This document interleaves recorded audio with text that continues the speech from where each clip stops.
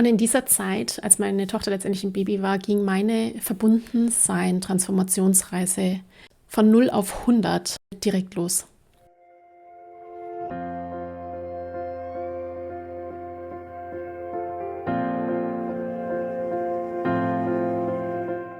Hallo und herzlich willkommen bei Loslassen und gemeinsam wachsen, deinem Podcast rund um bewusste und bedingungslose Elternschaft.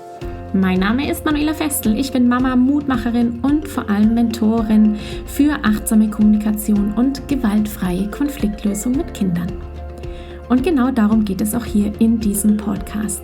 Ich zeige dir, wie du deinen Weg in eine bewusste, authentische und bedingungslose Elternschaft findest und Konflikte schließlich mit deinem Kind achtsam, respektvoll und gewaltfrei lösen kannst. Ganz ohne Schimpfen und Bestrafen. Bist du bereit? Na, dann lass uns loslegen.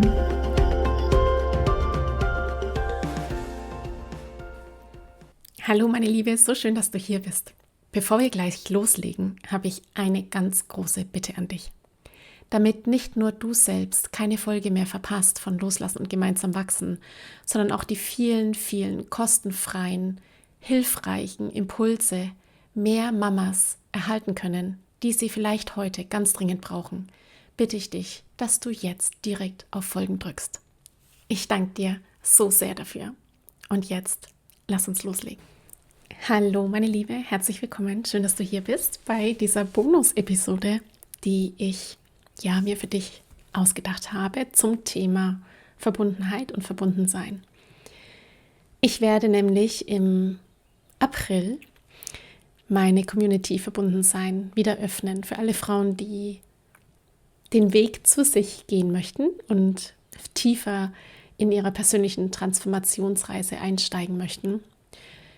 Und nachdem in den letzten Wochen bzw. Monaten, seitdem es Verbundensein gibt, seit Januar, seitdem ich da Verbundensein geöffnet habe und kreiert habe, sind so viele tolle Sachen entstanden, dass ich mir gedacht habe, dass ich dich einfach viel mehr hier über den Podcast mitnehmen möchte, um dir zu zeigen, was Verbundensein ist und für wen das ist, warum das entstanden ist, was dich da erwartet, damit du für dich gut reinfühlen kannst, denn darum geht es im Verbundensein, dass du dich mit dir verbindest, dass du gut reinfühlen kannst, um zu überlegen, ob das für dich passt und ob du Lust hast, diesen Weg mit den anderen Frauen zu gehen. Ich habe nämlich selbst in diesen Wochen die Geburtstage meiner Töchter feiern dürfen, die sind jetzt 10 und 8. Und wenn ich so zurückblicke, dann muss ich echt sagen, wow, diese letzten 10 Jahre bzw. 11 Jahre, als ich schwanger war, das erste Mal, die hatten es echt in sich. Ich sehe jetzt bei meinen Töchtern, wie krass, also ich mag es tatsächlich einfach mal so sagen, wie krass die sich entwickelt haben, was die sagen, wie sie denken, wie es mir gelungen ist. Und ich klopfe mir hier jetzt wirklich ein bisschen auf die Schulter und mein Mann natürlich auch, wie es uns gelungen ist, ihnen ein starkes Selbstwert zu geben, ihnen Selbstvertrauen auf dem Weg mitzugeben. Wenn ich dann sie so manchmal sprechen höre, wenn meine Tochter sagt, ach Mama, meine Lehrerin, die sagt auch immer ganz viel mit aber.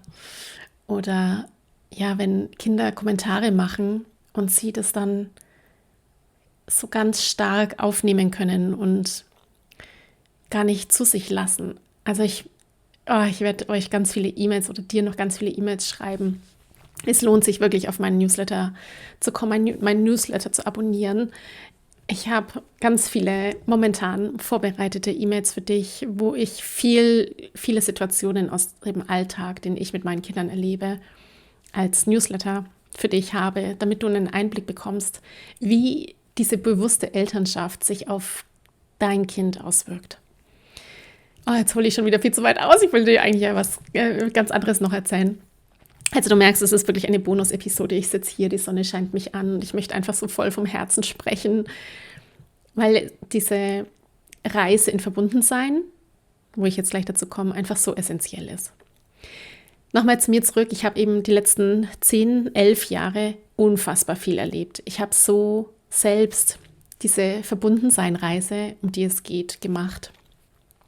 Und alles startete mit einer unfassbaren Herausforderung und mit unfassbar viel Stress und mit meinen eigenen Glaubenssätzen. Ich war schwanger mit meiner Tochter und hatte damals einen befristeten Vertrag bei einer großen Firma und wusste, wenn ich jetzt zu meinem Chef gehe, dass er mir sagen würde, dass er mir den Vertrag natürlich nicht verlängert. Und genau so war es auch. Der hat gesagt, er freut sich für mich, aber das bedeutet, dass mein Vertrag ausläuft.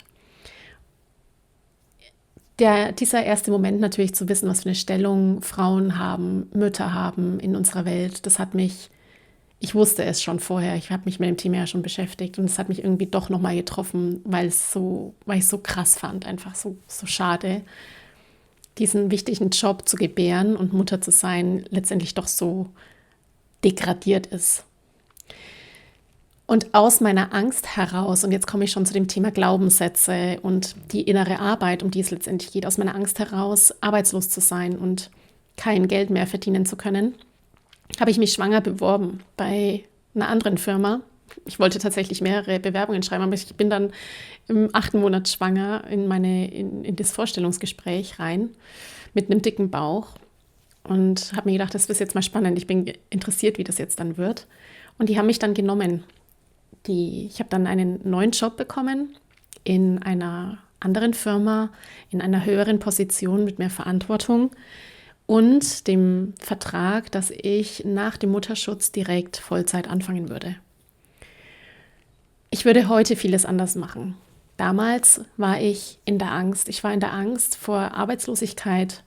Ich war der Überzeugung, dass das so natürlich möglich sein muss, dass wir als Paar uns die Care-Arbeit sozusagen teilen und dass es möglich ist, dass ich Vollzeit arbeiten kann.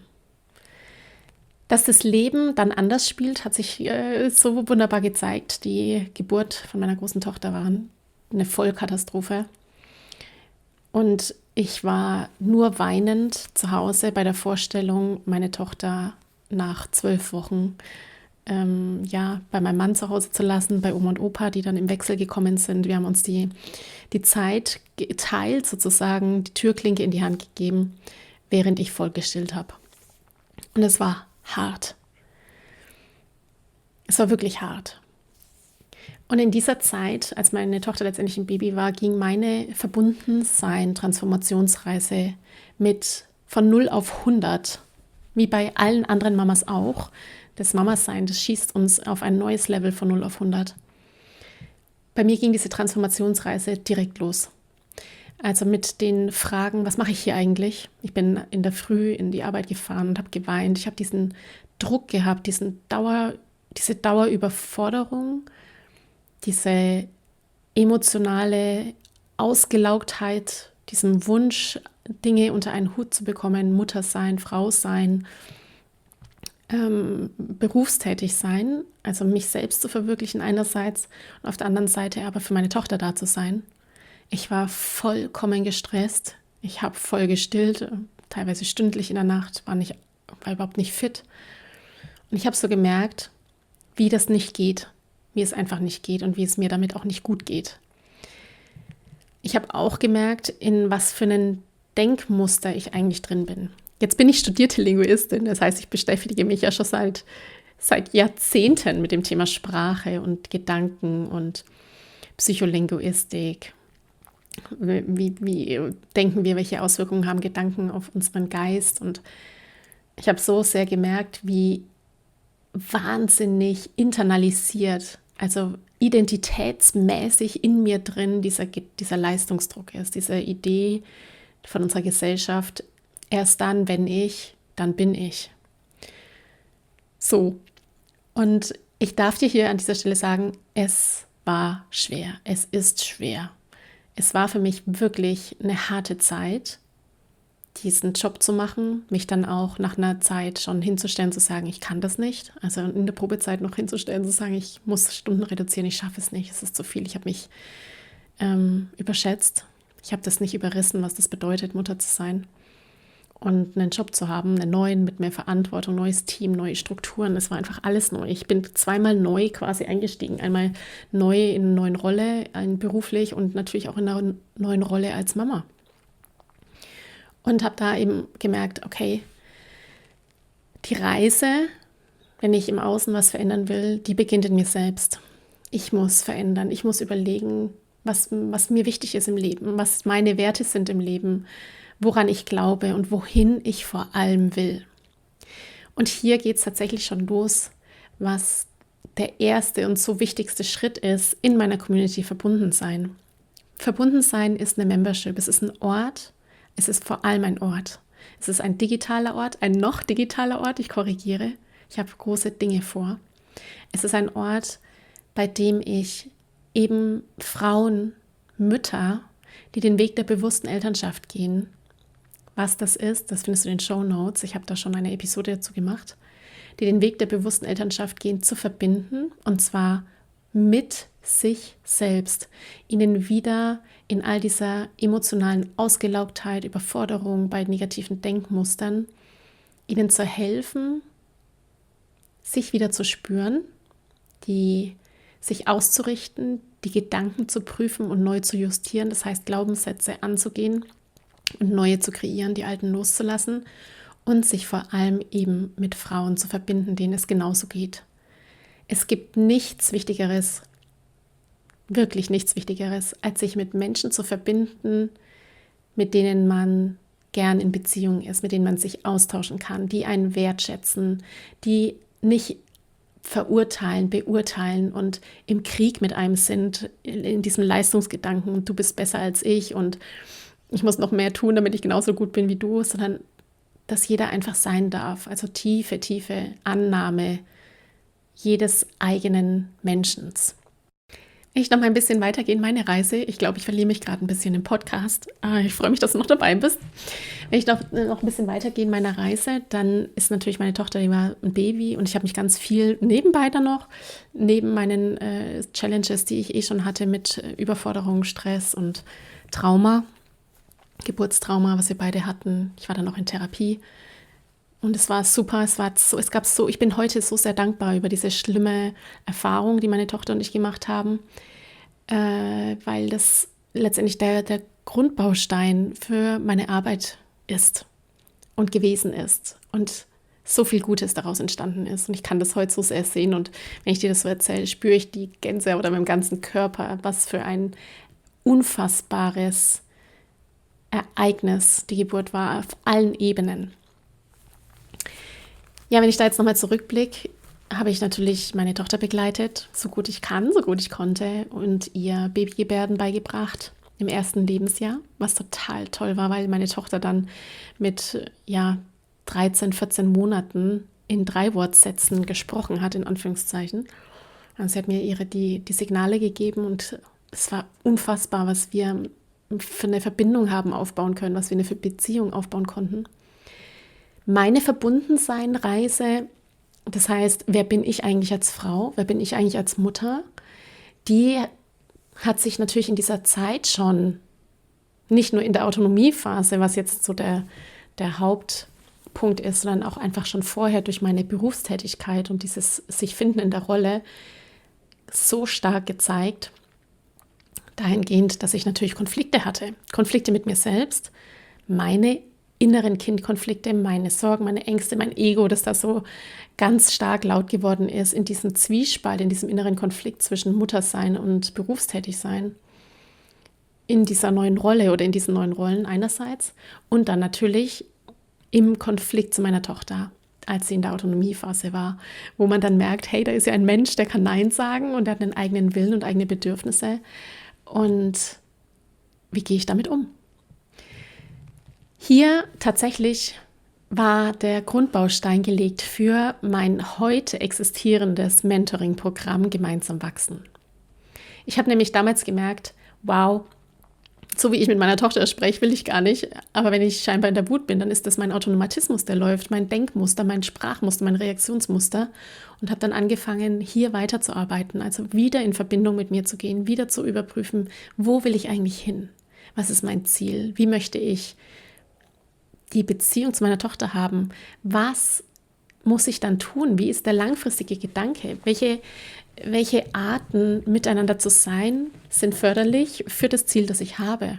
Und Die bewusste Elternschaft ist da die Antwort. Die achtsame Kommunikation ist die Antwort. Doch all das ist nur möglich, wenn ich mich mit mir verbinde. Wenn ich herausfinde, was in mir eigentlich gerade los ist. Wenn ich die Brücke schlagen kann zwischen der Beziehung im Außen zu meinem Partner oder zu meinem Kind und wieder zurückkomme zu mir. Und es ist echt eine Challenge. Das ist absolut eine Challenge, denn einerseits natürlich begleitest du dein Kind ins Leben und möchtest es auf eine liebevolle, respektvolle, achtsame Weise machen, was ich dir auch zeige in meinem Mentoring-Programm Gemeinsam wachsen, wie das geht, gleichwürdige Beziehungen aufzubauen. Doch gleichzeitig wahrlich im zeitlich gleichen Ablauf ist es auch die Entwicklung deiner selbst. Es ist auch deine Transformationsreise, es ist auch deine Persönlichkeitsentwicklungsreise, einfach weil du Mama geworden bist. Es ist deine persönliche Transformationsreise, die du gehst in dem Moment, in dem du Mutter geworden bist. Und auch, so hart es klingt, gehen musst, wenn dein Weg die bewusste Elternschaft ist. Und bewusste Elternschaft in der Kürze heißt eben, dass ich ein Bewusstsein habe. Ein Bewusstsein darüber, wohin ich will, wie ich gleichwürdige Beziehungen gestalte, was in mir ist und das mit ganz viel Mitgefühl sich einfühlen können in das Kind. Also in die kognitive, psychologische, emotionale Entwicklungsreise des Kindes hineinzufühlen und auch mitzugehen und zu begleiten. Das ist eine Vollzeitaufgabe. Das ist wirklich ein ganz riesiger Sprung ins Kalte, eine ganz große Persönlichkeitsentwicklungsreise und absolut der einzige Weg, und das sehe ich, es ist der einzige Weg, sich selbst zu entfalten und die Entfaltung beim Kind möglich zu machen. Wirklich frei zu werden vom eigenen Ego. Frei werden heißt, das Ego bewusst zu sehen und zu spüren und zur Seite zu nehmen. Ganz wichtig, denn das Ego können wir nicht wegnehmen. Das ist einfach ein Teil unseres Menschseins. Aber es geht darum, um frei zu werden von diesen Glaubenssätzen, die in uns drin ist, von den Ideen, die wir haben und dem Kind dadurch die Möglichkeit zu geben, in Freiheit zu werden. Also zu werden, frei zu werden. Das ist so, ja, das Wortspiel, das einfach frei werden in allen Bereichen der bewussten Elternschaft genau das, ja, darstellt, was es letztendlich ist. In Verbundensein geht es daher um die Verbindung zu dir selbst. Es ist die Beziehungsreise zu dir selbst in Form einer Community, wo du begleitet bist von unfassbar tollen Frauen. Also nochmal Gänsehaut, Schock hier. Wir machen gerade eine 40-Tage-Challenge und die Frauen supporten sich. Sie geben so unfassbar wertvolle Unterstützung gegenseitig. Sie kommen auch mit Themen und beraten sich und sind dabei. Ich kann regelrecht diese digitale Umarmung spüren, wenn ich die Texte von den Frauen lese und bin so ergriffen, Teil dieser Reise der Frauen sein zu dürfen, ihnen Impulse geben zu dürfen regelmäßig. Was ich genau in Verbundensein erwarte, da gehe ich in einer anderen Episode drauf ein. Es geht auf jeden Fall hier um dich, also um deine Reise zu dir, zu deinen Werten, zu der Frage, wohin willst du eigentlich, was sind deine Träume, zu deinen Bedürfnissen, zu deinen Werten, zu deinen Glaubenssätzen, die wir erkennen oder die du erkennen wirst im Rahmen der Reise, die du für dich erarbeitest. Das ist ganz wichtig. Also all die Dinge, die in Verbundensein drin sind deine darin findest du Fragen und Kurse und Vorträge und Impulse und du musst deine Antwort finden. Das ist ja immer so individuell. Es ist ja nicht so, dass wir alle die gleichen Dinge wollen, sondern wir haben so ganz unterschiedliche Vorstellungen. Aber da begleite ich dich dabei. Ich bin da auch mit drin in Verbundensein und gebe dir Impulse. Du kannst Fragen stellen. Es geht wirklich um deine Entwicklungsreise. Es ist also kein Elternkurs, es ist kein Mentoring-Programm, wo wir uns regelmäßig sprechen live, sondern es ist wirklich ein Ort, sich zu verbinden mit den Werkzeugen, die ich dir zur Verfügung stelle, mit den Reflexionsfragen, die ich dir zur Verfügung stelle, mit einem 7-Schritte-Plan, an dem du dich orientieren kannst, wo du gerade stehst um dann mit den Impulsen, die in der Community vorhanden sind, von mir, mit den Coaching-Impulsen, mit den Kursen, die vorhanden sind, deinen Weg in deinem Tempo, Schritt für Schritt mit den anderen Frauen weiterzugehen. Ja, nachdem ich jetzt hier Geburtstage feiern darf von meinen Töchtern, kann ich sagen, das ist ein Prozess. Ich bin immer noch auf dieser Transformationsreise. Persönlichkeitsentwicklung ist ein spiralförmiges Wachstum nach oben.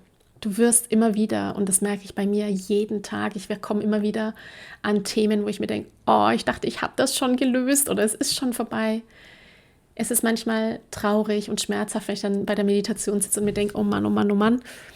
Und gleichzeitig merke ich aber, wie viel schon geschafft ist, wie viel Klarheit ich schon habe, wie viel Klarheit meine Frauen schon haben, die da drin sind. Das sind so wunderbare Frauen drin, die so klar sind, die sich schon so unfassbar verändert haben, den Job gewechselt haben, losgelassen haben, ihr Kind begleiten, ihre Grenzen wahren, sich irgendwo hinstellen und sagen, so will ich das nicht, also Thema Grenzen, den Mut haben, verrückt und neu zu denken. Es passieren so unglaublich tolle Sachen in dieser Community mit den Frauen, die ich begleiten darf, grundsätzlich. Und ich merke eben auch, und das ist ungeschönt hier im Podcast gesagt, und du siehst es überall von mir, wenn du mit mir arbeitest, sage ich das auch, es ist nicht so, dass immer alles Sonnenschein ist. Es gibt auch Rückschläge, wo man den Eindruck hat, boah, ich komme nicht weiter und was mache ich hier eigentlich? Und doch bist du aber spiralförmig schon nach oben gewachsen. Es ist eben nicht 2 Schritte zurück und einen vor, sondern es ist auf dem Weg nach oben. Zu jedem Tag mehr Bewusstsein. Es ist wie ein Level nach unten geguckt. Also es geht wirklich nur nach oben mit dem Hinweis, dass du auf unterschiedlichen Ebenen immer wieder mit Herausforderungen konfrontiert bist, wo du auf einer anderen Ebene dachtest, du hättest es schon gelöst. Du kommst immer weiter, sobald du diese Transformations- und Bewusstseinsreise angehst.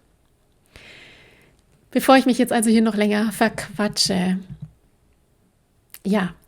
mag ich dich natürlich einladen, zu Verbundensein dazu zu kommen. Anfang April werden die Tore sozusagen wieder geöffnet.